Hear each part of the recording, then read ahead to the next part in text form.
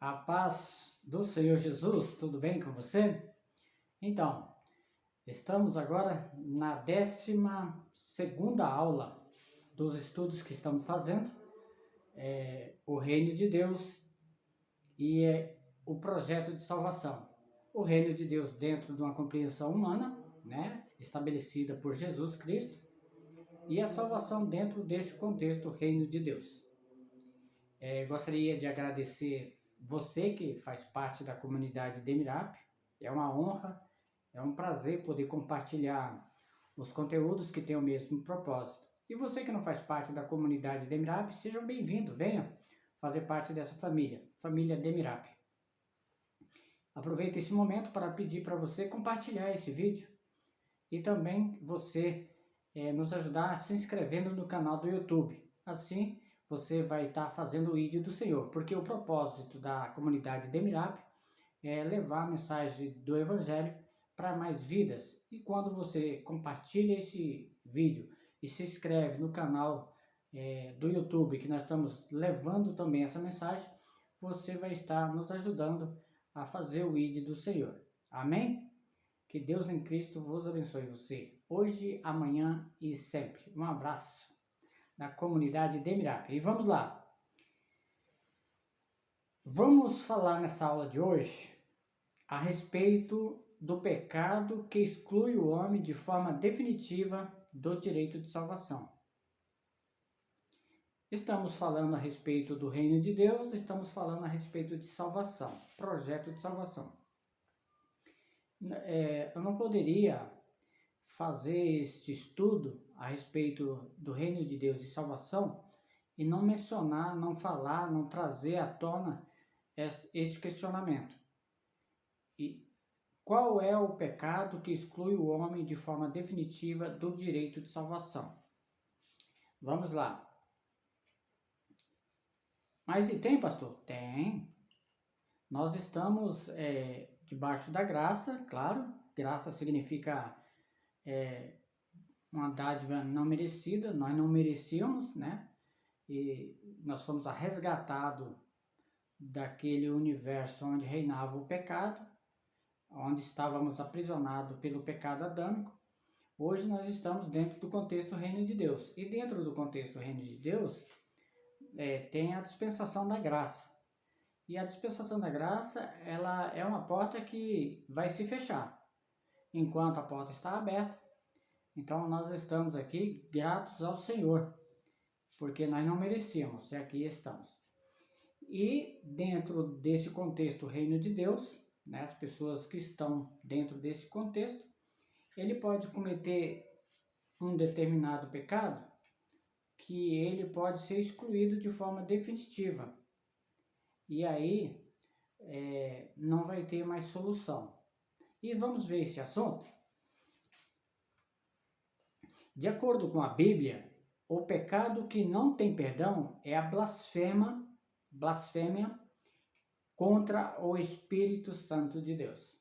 Olha aí. Nós até vemos, pessoas, inconsequentes fazer brincadeiras, envolvendo, o Santo Espírito de Deus. E não vou ser taxativo ou definitivo, mas as pessoas correm um grande risco de ser excluído do plano de salvação de uma forma definitiva. Nós vamos ver isso aqui. De acordo com a Bíblia, o pecado que não tem perdão é a blasfêmia contra o Espírito Santo de Deus. Qualquer, porém, que blasfemar contra o Espírito Santo nunca obterá perdão, mas é culpado do eterno juízo. Está no Evangelho de Marcos 3:29. O que significa blasfêmia contra o Espírito Santo? O que significa blasfemar contra o Espírito Santo? A blasfêmia contra o Espírito Santo pode ser considerada quando é proferido uma ofensa, insulto ou defamação a sua divindade, a sua divindade. Quando uma pessoa esboça um insulto, né, ofensa, defamação ao Espírito Santo de Deus, à divindade de Deus, que é o Espírito Santo, então ele está cometendo blasfêmia. Então, esta é uma questão que eu trago à tona, porque tem aqueles que defendem que uma vez salvo, sempre salvo. Então, tanto não é verdade, porque as pessoas, na maioria das vezes, que blasfemam contra o Espírito Santo, foram algumas das pessoas que foram resgatadas do império que governava o pecado adâmico, estava aprisionado na cadeia do pecado adâmico, e foram resgatadas para dentro do contexto reino de Deus. E dentro do contexto reino de Deus, por algum motivo, essa pessoa, ela pode ter se apostatado da fé. Apostatado da fé, ele se tornando um apóstata da fé, na maioria das vezes ele pode cometer esse tipo de ofensa, insulto, blasfêmia contra o Espírito Santo, porque ele já virou as costas para Deus. Então pode cometer isso. Então, com relação às pessoas que dizem que uma vez salvo, sempre salvo, quando se trata da salvação em continuação, que a palavra de Deus nos ensina, nas aulas passadas eu falei a respeito disso, que nós devemos permanecer para ser salvo, né? Aquele que permanecer até o fim será salvo. Então, permanecer. Então, quando uma pessoa blasfema contra o Espírito Santo, ele já virou as costas para Deus. Então, essa pessoa, ela foi excluída de forma definitiva do plano de salvação. Então, essa pessoa já não vai ter direito mais do reino de Deus e da salvação eterna. Então, aí é onde definitivamente entra uma contradição com relação àqueles que levantam o argumento de que uma vez salvo, sempre salvo. De repente, essas pessoas que levantam essa tese, esse argumento de que uma vez salvo, sempre salvo, talvez se referindo salvo do pecado adâmico. Porque realmente, quando nós somos salvos do pecado adâmico, aquele pecado já foi eliminado. Você já está no outro patamar, você já está no outro universo. Agora você está dentro do contexto do reino de Deus. Agora, quando você é condenado, você vai ser condenado pelos seus próprios pecados. Entendeu? Então, quando ele fala uma vez salvo, sempre salvo, talvez está referindo ao pecado adâmico, que agora já não existe mais, foi rasgado esse testamento. Mas aí você vai ser condenado, ou eu vou ser condenado, ou então aquele que blasfemar contra o Espírito Santo vai ser condenado, não por causa do pecado adâmico que já é passado, já está no esquecimento, mas sim por causa dos seus pecados, ou por causa da sua blasfêmia, que esse não é o caso, né? Nós que estamos ativos, né, em sintonia com o Espírito Santo, de maneira nenhuma nem passa na nossa mente em fazer uma coisa dessa, não é mesmo? Porque o Espírito Santo de Deus é tudo em nossa vida. Ele é o nosso governo, é o nosso consolador, ele que está sempre conosco. Jesus foi e deixou ele como um outro consolador, né? Representando também, né, a divindade. E o Espírito Santo é que nos ajuda a passar os momentos difíceis da nossa vida. Então, nós que estamos em sintonia com Deus, com o Espírito Santo, jamais, né, passa na nossa mente uma coisa dessa. Mas aquelas pessoas que às vezes não alcançaram tal nível, tal elevação espiritual, talvez por algum motivo se afastou, né, está caído e acaba cometendo esse deslize. Mas cuidado, hein? Blasfema contra o Espírito Santo de Deus, não tem perdão. Os escribas que tinham descido de Jerusalém diziam: tem Beelzebul, e pelo príncipe dos demônios expulsa os demônios. Marcos 3:22.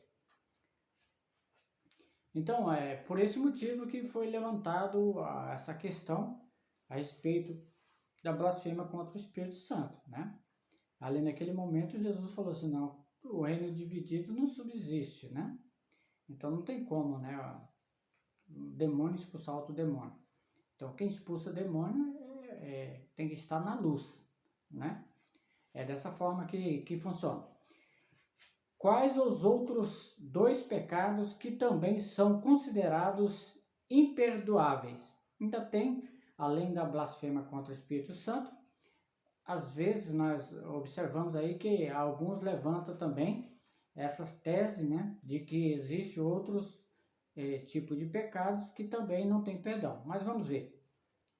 Não perdoar o próximo e a apostasia. Então, essas duas coisas. No meu ver, isso é uma questão minha, eu desconsidero essas duas questões aqui. Não perdoar o próximo e a apostasia. Eu vou dizer por quê. Não perdoar o próximo, embora alguns estudiosos digam que não perdoar esteja dentro da mesma condição da blasfêmia contra o Espírito Santo, eu discordo com a seguinte observação. Uma pessoa que não perdoa outra, ela pode mudar de ideia e, consequentemente, perdoar. Já a blasfêmia contra o Espírito Santo de Deus não tem a mesma abertura. Ou seja, mesmo que mude de ideia, ele já tornou réu do juízo de Deus. Então eu vejo essa diferença. Porque, vou supor, eu não perdoo o meu irmão. No momento que eu não perdoo o meu irmão, realmente eu já estou condenado. Eu não perdoei ele, eu estou condenado. Mas tem tantos outros pecados que eu estou cometendo, se eu não rever, se eu não pedir perdão, também da mesma forma, eu já estou condenado. Da mesma forma. Então, o perdão eu não coloco no mesmo nível, né, na mesma condição que a blasfêmia contra o Espírito Santo. Por quê?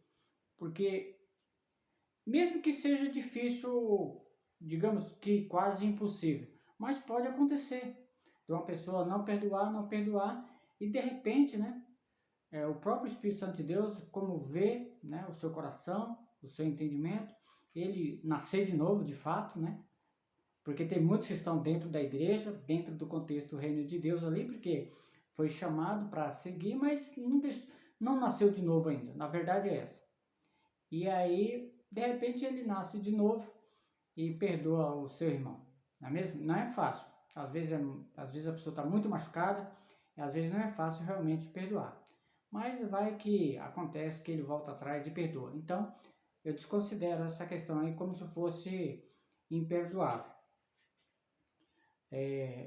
A outra questão, a apostasia. Da mesma forma que o fato de o não perdoar outra pessoa, a apostasia, por sua vez, também pode ser reparável ou reversível. Isso se o apóstata, mediante o seu estado de condições de apostasia, não tenha blasfemado contra o Espírito Santo. Não, aí, ó, olha a diferença. Se um camarada pega e se apostata da fé. Se apostatar da fé é virar as costas, não querer mais, é desistir, né? Essa é a apostasia. Mas se dentro dessa condição, desse estado de apostasia, né? O apóstata, ele não blasfemar contra o Espírito Santo, e ele, por um momento ou circunstância, da mesma forma o fato de não perdoar o irmão, é a mesma coisa de alguém que está apostatado da fé. Ele resolver retornar.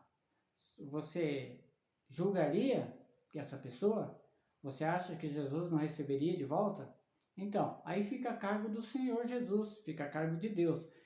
É bem diferente da questão da blasfêmia contra o Espírito Santo. Porque a blasfêmia contra o Espírito Santo já é taxativo. Já fala, é réu de juízo. É definitivo. Réu de juízo, porque o juízo ainda não veio. Então ele já está ali decretado para aguardar o juízo. Enquanto o não perdoar, não tem um decreto para guardar o juízo. E quanto ao apóstata da fé, também não existe um decreto para ele aguardar o juízo. só aqueles que blasfemam contra o Espírito Santo de Deus. Então, agora, mediante esse assunto, traz um outro assunto muito importante que eu já até abordei aqui, que fala sobre uma vez salvo, salvo sempre. Você deve ter ouvido já, né, ensinamento nesse teor, nesse formato, e aqui eu vou trazer um argumento, né, para ver se eu consigo trazer uma luz na mente dessas pessoas que acham que uma vez salvo, sempre salvo. Eu já falei a respeito da salvação do pecado adâmico. Eu considero que quando uma pessoa é salvo do pecado adâmico, agora essa página foi rasgada. Agora ele vai responder pelos seus próprios pecados. Mas ali ele vai ter que dar continuidade naquele projeto de salvação. Ele vai ter que continuar. Ou seja, ele vai ter que ser submisso ao governo de Cristo. Dessa forma, se ele cometer algum vacilo, algum pecado, ele vai pedir perdão, e dessa forma, aquele que permanecer até o fim nesse sentido de submissão, mesmo errando, pedindo perdão na submissão, então ele alcança a salvação, né? Mesmo ele sendo salvo do pecado adâmico, mas aí ele está em condição de salvo lutando contra o pecado, salvo do pecado adâmico, lutando contra o seu próprio pecado que ele havia cometido, ou então dentro do pecado nessa linha que eu ensinei nas aulas passadas, no pecado da linha secular, né? O pecado, o meu pecado, eu respondo de forma individual. O pecado adâmico estendeu a toda a raça humana. Todos os pecados destituídos foram da glória de Deus. Agora, quando nós pecamos dentro desse projeto de salvação, nós respondemos de forma individual o pecado. Então, nesse sentido, eu falo que uma vez salvo do pecado adâmico, está salvo do pecado adâmico, mas não salvo no contexto geral. Se ele estiver em pecado, o pecado cometido por si mesmo, esse pecado distancia o homem e a mulher da glória de Deus, ok? Uma vez salvo, salvo sempre. Vamos lá. Para refutar essa teoria de que uma vez salvo, sempre salvo, poderia utilizar apenas dos argumentos já aplicados, né, nessa aula que eu estou trazendo, com relação aos apóstatas da fé. Haja visto que, entendendo que os apóstatas da fé se apostataram, é porque os mesmos eram postulantes, ou seja, faziam parte do reino, bem como do plano de salvação, né? Então, quem é apóstata da fé? Apóstata da fé foram aqueles que eram postulantes e, por algum motivo, ele resolveu virar as costas para o plano de salvação e desistiram e saíram. E aí, então, eles foram salvos do plano do pecado adâmico. Mas ali dentro do contexto do reino de Deus, através do seu pecado pessoal e particular, individual, ele cometendo o pecado, se apostatou da fé. E se apostatando da fé, então esse argumento de que uma vez salvo, sempre salvo, não prevalece, ok? Não prevalece. Haja vista que, entendendo que o apóstata da fé se apostataram porque os mesmos eram postulantes, ou seja, faziam parte do reino, bem como do plano de salvação. Uma vez salvo, sempre salvo, o argumento utilizado para fundamentar essa teoria é de que fomos salvos do pecado e não salvos no pecado. Né? A pessoa inventa cada termo para dizer que uma vez salvo, sempre salvo, né? Afirmando ainda que, uma vez salvo, nosso lugar já estaria escrito no céu. Né? Vamos supor, eu estou salvo, meu nome já está escrito no céu. Então, já estou sempre salvo. Eu vou ignorar aqueles versículos, né, que fala: aquele que permanecer até o fim será salvo. Né? Aquele que crê e for batizado é o chamado para dentro do reino de Deus. Ok, mas no livro de Mateus, né, no Evangelho de Mateus, define que nós temos que permanecer até o fim. aquele que permanecer até o fim será salvo.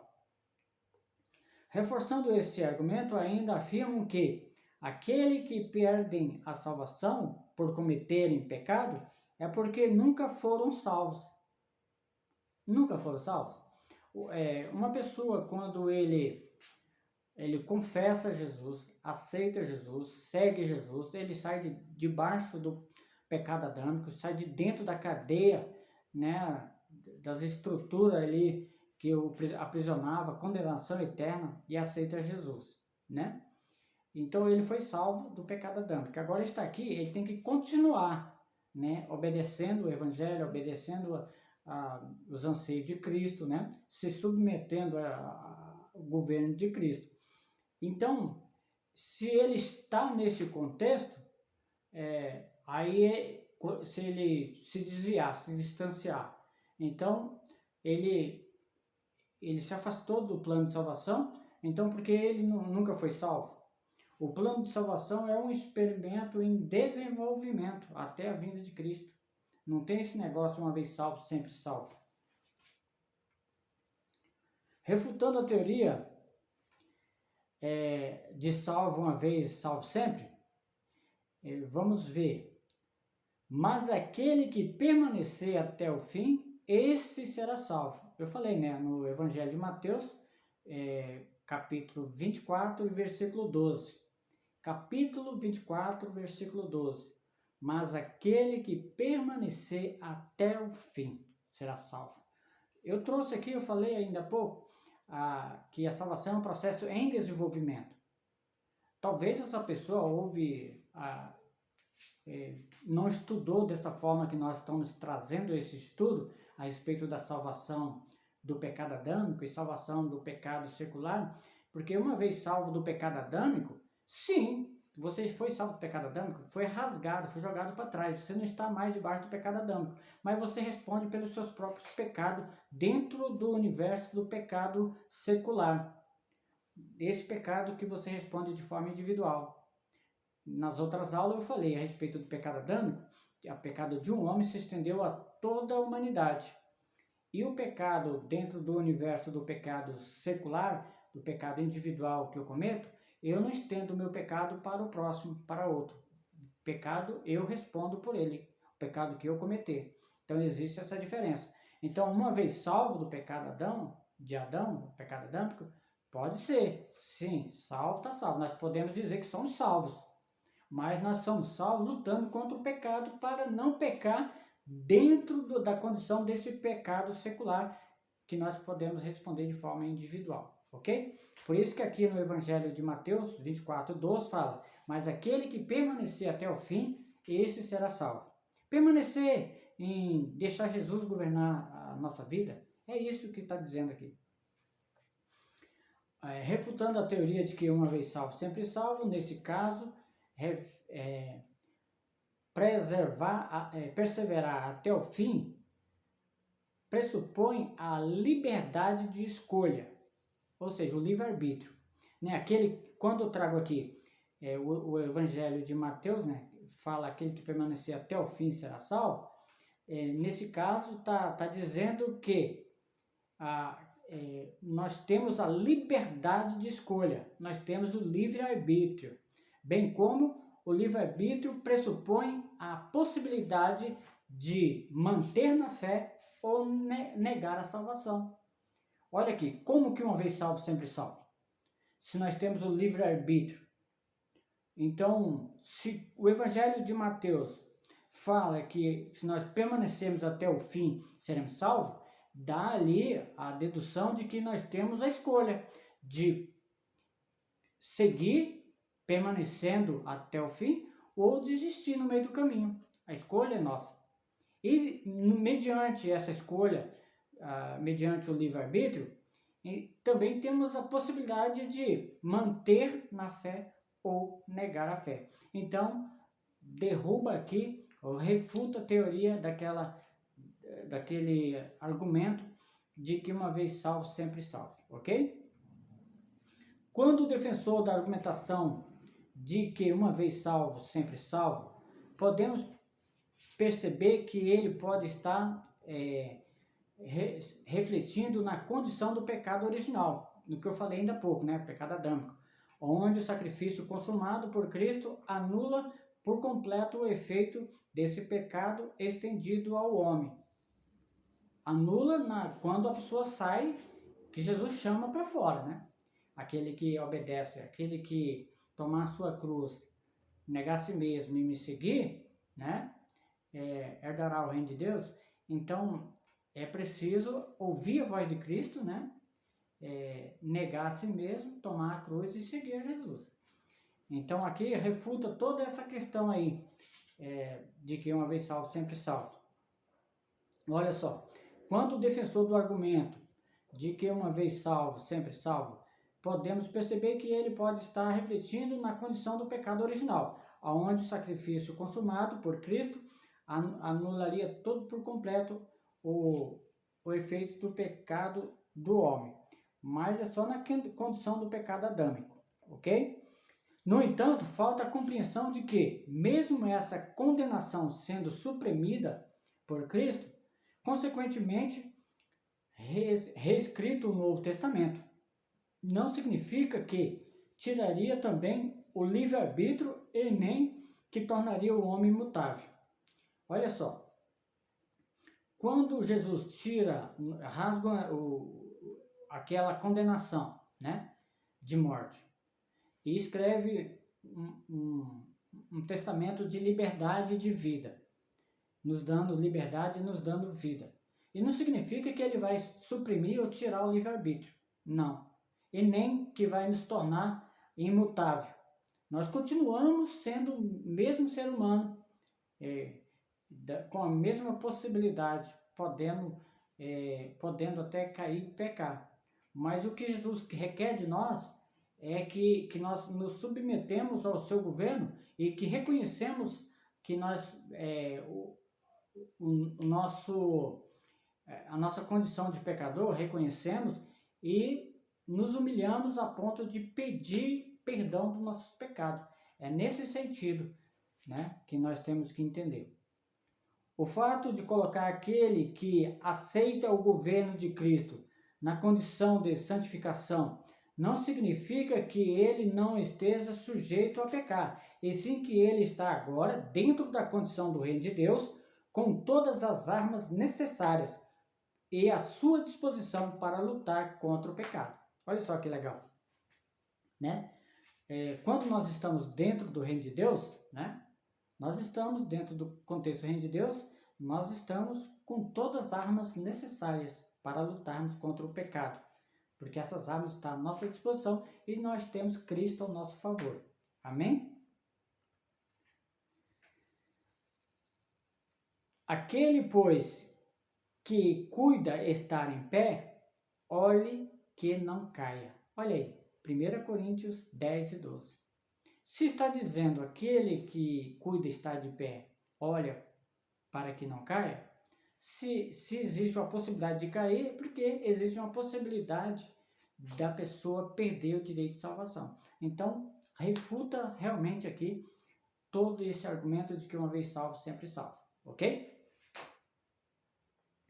Meus filhinhos, estas coisas vos escrevo para que não pequeis.